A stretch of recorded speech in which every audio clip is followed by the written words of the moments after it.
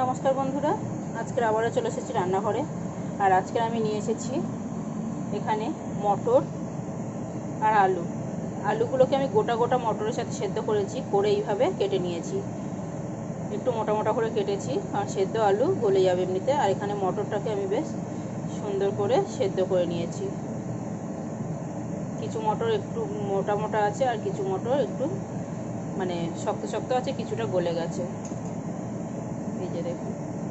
তো যাই হোক, আজকে এটা দিয়ে একটু ঝাল ঝাল ঘুগনি বানাবো, একদম সহজভাবে, একদম ঘরোয়া উপায়ে।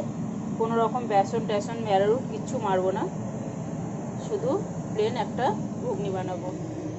তো ওখানে আমি পেঁয়াজ, কড়াই গরম হয়ে গেছে তাই পেঁয়াজ নিয়েছি, আদা রসুনের পেস্ট নিয়েছি, সাথে কাঁচা লঙ্কা বাটা আছে, টমেটো কুচি নিয়েছি, ধনেপাতা কুচি নিয়েছি। এখানে কড়াইতে তেল দিয়ে দিলাম, আর এখানে এটা নিয়েছি ফোড়ন, চিনি নিয়েছি, তেজপাতা নিয়েছি, শুকনো লঙ্কা নিয়েছি, আর গোটা জিরে নিয়েছি। তো চলুন এটাকে পুরো তেলের উপরে দিয়ে দিলাম। এখানে আমি ফোড়নটা বেশ ভালো করে ভেজে নিয়েছি নেড়ে। এখন দিয়ে দিচ্ছি পেঁয়াজ কুচিটাকেও একটু ভেজে নেব।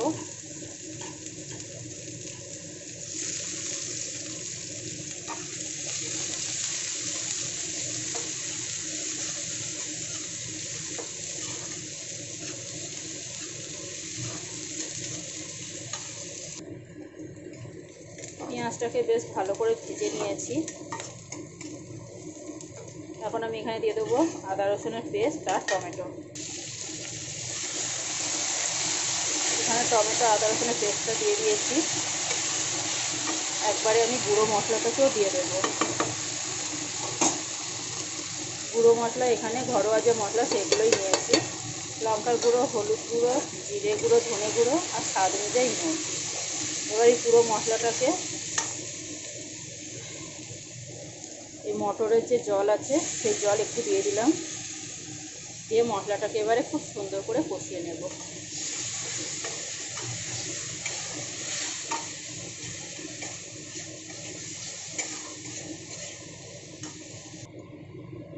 এখানে দেখুন মশলাটা কত সুন্দর করে কষিয়ে নিয়েছি। মশলাটা কষাতে খুব বেশি সময় লাগেনি। এখন আমি এখানে আলু আর মটর জল শুদ্ধ দিয়ে দিলাম।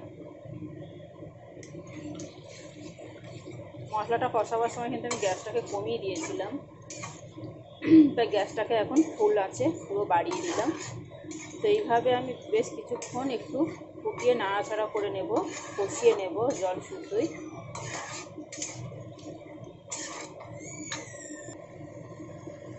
এখানে দেখুন বন্ধুরা, আমি কত সুন্দর করে কষিয়ে নিয়েছি, কতটা জল কমে গেছে। বেশিক্ষণ কষাইনি, সামান্য একটু। অবশ্যই নুনটা একবার চেক করে নেবেন। আমি এখানে একটু দিয়ে দেবো পছন্দ মতো জল। আবার কিছুক্ষণ ফোটাতে দেবো ঢাকা দিয়ে।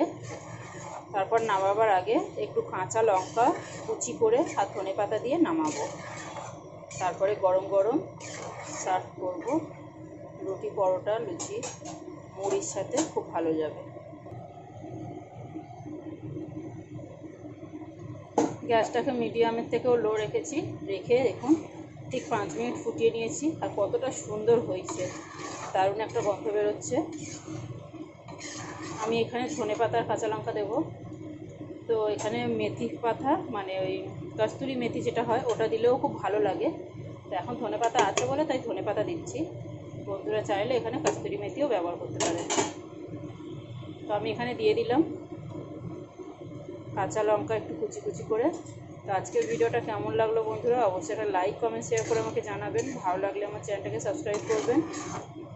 আর আমার ভিডিও দেখার জন্য বন্ধুরা আপনাদের অনেক অনেক ধন্যবাদ।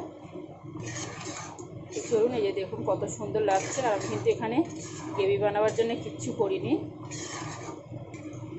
তারপরেও কতটা গ্রেভি হয়েছে। ঠান্ডা হলে কিন্তু একদম এটা মানে জমে যাবে, একদম আরও মোটা হয়ে যাবে গ্রেভিটা। তো চলুন এবার একটু গরম গরম সার্ভ করে দেখাই।